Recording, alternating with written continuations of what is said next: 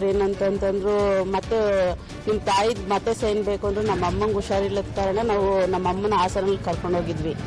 ಅವಾಗ ಅವ್ರು ಬಂದು ಅಮ್ಮನಿಗೆ ಸೈನ್ ಆಗಬೇಕು ಅನ್ನೋದಕ್ಕೆ ಮತ್ತೆ ನಮ್ಮ ತಾಯಿನಲ್ಲಿ ಕಳಿಸ್ಕೊಟ್ಮೇಲೆ ಇವರು ಅವ್ರದ್ದು ಫೋನ್ ನಂಬರ್, ಅವ್ರ ಫೋನ್ ನಂಬರ್ ಕೊಡೋದು, ಮೇಲಧಿಕಾರಿದ್ದು ಅವ್ರ ಜೊತೆ ಮಾತಾಡಿ ಅನ್ನೋದು ಹಿಂಗೆ ಮಾಡ್ಕೊಂಡ್ಬಂದು ನಮ್ಮ ದುಡ್ಡನ್ನ ಮಿಸ್ಯೂಸ್ ಮಾಡ್ಕೊಂಡಿದ್ದಾರೆ.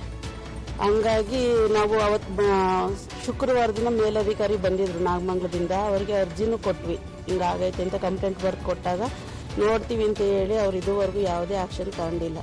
ನಮಗೆ ಹಿಂಗೆ ತುಂಬ ಆಗಬೇಕಾಗಿದೆ ಅನ್ಯಾಯ ಇಲ್ಲಿ. ತುಂಬ ನಮ್ಗೆ ಈಗ ಸದ್ಯಕ್ಕೆ ಇಲ್ಲಿ ಬಂದಿರೋ ಪ್ರಕಾರ 20 ಜನದ ಮೇಲೆ ಆಗವ್ರೆ.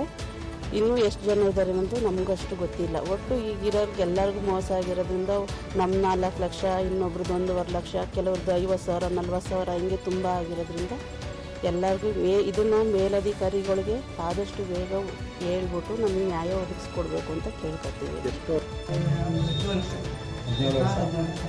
ಏನು ಓದಿದ್ದೀರಿ? 5ನೇ ಕ್ಲಾಸ್ ಓದಿದ್ದೀರಾ? ಯಾರು ನಿಮ್ಮ ಅಪಾಯಿಂಟ್ ಮಾಡಿದ್ದು? ಹಾಂ, ಹೆಂಗೆ ಸಿಕ್ತು ನಿಮಗೆ ಕೆಲಸ? ಯಾವ ಗೌಡ್ರ ಕೆಲಸ? ನಿಮ್ಮ ಯಜಮಾನ್ರ ಕೆಲಸ. ನಿಮ್ಮ ಯಜಮಾನ್ರಿಗೆ ಏನಾಗಿತ್ತು? ಹಾರ್ಟ್ ಅಟ್ಯಾಕ್ ಆಗುತ್ತಾ? ಮತ್ತು ಎಷ್ಟು ವರ್ಷ ಕೆಲಸ ಮಾಡಿದ್ರು ನಿಮ್ಮ ಯಜಮಾನ್ರಲ್ಲಿ?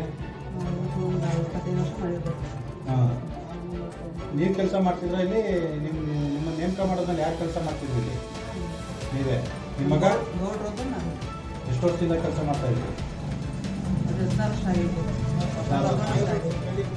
ನೀವು ಒಬ್ಬರೇ ಮಾಡ್ತಿದ್ದ ಇಲ್ಲಿ? ಏನಂಗೆ?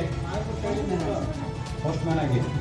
ನಿಮ್ಮ ಮಗ ನಾವು ಓದಿದ್ವಲ್ಲ, ಎಜುಕೇಶನ್ ಜಾಸ್ತಿ ಅಂತ ಎಲ್ಲಿ ಕೆಲಸ ಏನು ಕೆಲಸ ಮಾಡ್ತಿದ್ರು?